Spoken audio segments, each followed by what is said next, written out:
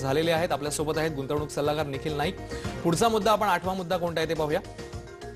8वा मुद्दा आहे मोठ्या आयपीओमुळे इतरांचा फायदा. एखाद्या क्षेत्रातली बडी कंपनी बाजारात येत असल्यास त्याच क्षेत्रातल्या इतर कंपन्यांचे शेअर्स वधारतात. त्यामुळे त्याच क्षेत्रातल्या कमी किमतीत उपलब्ध असणाऱ्या कंपन्यांचे शेअर्स घेऊन आपण फायदा कमवू शकतो. अर्थात लॉंग टर्म गुंतवणुकीसाठी असे नियम, असे खेळ योग्य नाही. हा शेवटचा जो पॉइंट आहे तो जास्ती महत्त्वाचा. अगदी आपण बघतो बऱ्याचदा की इन्फ्रास्ट्रक्चरची बूम आली तर मग कंपनीज देखील नाव चेंज करतात आणि इन्फ्रास्ट्रक्चर नाव घेऊन येतात. बिल्डर, रिअल एस्टेट कंपनी इन्फ्रास्ट्रक्चरचं नाव घेऊन येतात. टेक्नॉलॉजी कंपनीज देखील केवळ नाव चेंज केल्यामुळे त्याच्या प्राइसेस चेंज होताना दिसतात. तर डेफिनेटली तुम्ही ह्या सेंटिमेंटवरती, कारण ही बाजाराचं सेंटिमेंट असतं आणि बाजाराचं सेंटिमेंट जर तुम्ही लवकर पकडलं आणि लवकर अशा कंपनीजमध्ये गुंतवणूक केली तर डेफिनेटली तुम्ही शॉर्ट टर्ममध्ये त्याच्यामध्ये पैसे गुंतवून जास्त प्रॉफिट्स कमवू शकता. पण जसं आता तू म्हणालास की लॉंग टर्ममध्ये हे किती सस्टेनेबल असतात हे सांगणं थोडंसं मुश्किल ठरू शकतं. त्यामुळे मी नेहमी म्हणतो की ही एक ट्रेडिंग स्ट्रॅटेजी आहे. ट्रेडिंग म्हणजे हे ट्रेडिंगचे स्ट्रॅटेजीमध्ये आपण जे एंटरटेनमेंट मनी म्हणतो की ज्यातनं थोडं आपल्याला ट्रेडिंग केल्याने आनंद मिळतो, त्यामध्ये आपण हे पैसे थोडेफार गुंतवू शकतो. पण लार्ज अमाऊंट्स, तुमच्या पोर्टफोलिओतली मोठी अमाऊंट अशा स्टॉक्समध्ये गुंतवणूक करणं थोडंसं धोकादायक ठरू शकतं. जाऊया पुढच्या मुद्द्याकडे. डिव्हिडंड मार्च असा पुढचा मुद्दा आहे. नेमकं काय याच्यामध्ये पाहूया. प्रत्येक वेळी डिव्हिडंड देणारे म्युच्युअल फंड्स चांगलेच असतात असं नाही. डिव्हिडंड प्रत्येक म्युच्युअल फंडात गुंतवणूक सुरक्षित असतेच असं नाही.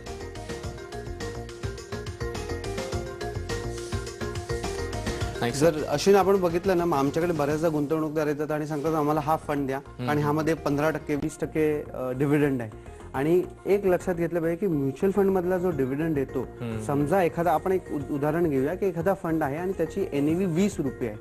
ओके, म्हणजे 20 रुपये जर तुमची एनएव्ही असेल आणि तुम्ही 20,000 गुंतवले, 1000 युनिट्स तुम्हाला मिळत आहेत तर, आणि त्यांनी सांगितलं की आम्ही 5 रुपये डिव्हिडंड देऊ, तर दुसऱ्या दिवशी, ज्या दिवशी तुम्हाला डिव्हिडंड पे केला जातो त्याच्या दुसऱ्या दिवशी एनएव्ही 15 झालेली असते.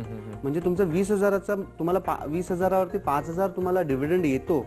मात्र दुसऱ्या दिवशी जर तुम्ही ते विकायला गेलात तर त्यातलं तुम्हाला केवळ 15,000 रुपये मिळतील. तुमच्या गुंतवणुकीची व्हॅल्यू देखील 15,000 तेवढ्या रुपयांनी कमी झालेली असते. त्यामुळे बऱ्याचदा आपण म्हणतो की डिव्हिडंड आहे म्हणून आपण गुंतवणूक केली पाहिजे, तसं नसतं. उलट जे म्युच्युअल फंड गुंतवणूक करताना आपण बाकीचे पॅरामीटर्स जे लावतो ते लावणं अत्यंत आवश्यक आहे की त्याचा long term dividend track record किती आहे, किती वर्ष त्यांनी किती डिव्हिडंड देत राहिले आहेत, गेल्या 3 वर्षात 5 वर्षात किती रिटर्न्स दिले आहेत, ह्या सगळ्या गोष्टींकडे लक्ष देणं जास्त गरजेचं आहे, रादर दॅन केवळ डिव्हिडंडकडे बघणं. आणि आता शेवटचा मुद्दा नाही सर आपल्याला पाहायचा आहे. Last but not the least 10वा मुद्दा नेमका कोणता आहे आपण पाहूया.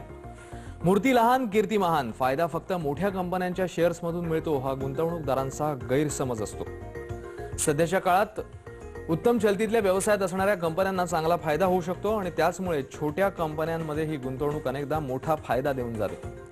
आपण जर बघितलं की भारत हा एक बिझनेसमॅन प्रधान देश आहे, असा आहे की जिकडे एंटरप्रेन्योर्स जास्त आहेत, व्यावसायिक जास्त आहेत आणि बऱ्याचशा मोठ्या कंपनीज ज्या आपल्याकडे आता उपलब्ध आहेत त्या कधी ना कधीतरी छोट्याच कंपनीज होत्या. खरं, तुम्ही जर इन्फोसिसचं उदाहरण आपण सगळेच जण देताना आपण बघतो की एक ती छोटी कंपनीच होती जेव्हा सुरुवात झाली होती तेव्हा. जर मोठ्या कंपनीमध्ये गुंतवणूक करण्याचा फायदा हा असतो की तुमची गुंतवणूक थोडीशी सुरक्षित राहू शकते, तुम्हाला म्हणजे तुमचं फसगत होण्याची शक्यता कमी असते. पण जर छोट्या कंपनीज जर बघितल्यात ना तर छोट्या कंपन्यांची कॉस्ट देखील कमी असते. छोट्या कंपनीजना त्यांना जे त्या जास्त लवचिक असतात ओव्हरऑल बाकी गोष्टींमध्ये. इकॉनॉमिक जर क्रायसिस आले त्यामध्ये लवचिक असतात, ते चेंज करू शकतात आपलं बिझनेस मॉडेल. त्यामुळे छोट्या कंपनीज मधनं जे शेअर बाजारातले आम्ही त्यांना म्हणतो की किलिंग रिटर्न्स जे म्हणतात ना, ते खूप जास्त रिटर्न्स, 10 पट रिटर्न्स आपण ऐकतो, 15 पट, ते ऍक्च्युली छोट्या कंपन्यांमधनच जास्त बनवू शकतात, त्याची पॉसिबिलिटी जास्त असते. तेव्हा जेव्हा गुंतवणूकदारांनी गुंतवणूक करत असतात तेव्हा आपण नेहमी सांगतो की 30, 40, 50% तुम्ही लार्ज कॅप मध्ये ठेवा, पण 20% रक्कम तुम्ही स्मॉल किंवा मिड कॅप मध्ये ठेवणं आवश्यक आहे. कारण तुमचे खरे रिटर्न्स हे ह्याच कंपनीज मधनं बनू शकतात. त्यांना ऑफकोर्स चॅलेंजिंग असतं की तुम्ही सुरुवातीच्या काळामध्ये त्यांना काही चॅलेंजेस असतात. तुम्हाला असं दिसू शकतं की ह्यामध्ये नुकसान देखील होण्याची शक्यता असते की, आणि मी नेहमी सांगतो की 5 तुम्ही छोट्या कंपनीज घेतल्या तर त्यातल्या कदाचित 4 किंवा 3 कंपनीज बिझनेसमध्ये देखील राहणार नाहीत, पण 2 कंपनीज आहेत हे तुम्हाला पूर्ण तुमच्या बाकीच्या पोर्टफोलिओचे रिटर्न्स देखील देण्याची क्षमता त्यामध्ये असते. मात्र छोट्या कंपन्या निवडताना त्यांचा सखोल अभ्यास करणं, त्यांचा प्रमोटरची बॅकग्राऊंड बघणं आणि त्यांचं बिझनेस मॉडेल काय आहे याचा अभ्यास करणं हे खूप आवश्यक आहे आणि त्यानंतरच तुम्ही त्याचं डिसिजन घेणं आवश्यक आहे. निश्चितच. नाईक सर, मनापासून आभार. या सगळ्या महत्त्वाच्या मुद्द्यांवर तुम्ही इतकं छान विश्लेषण केलं त्याबद्दल. Profit is a reward of risk असं म्हणतात आणि थोडीशी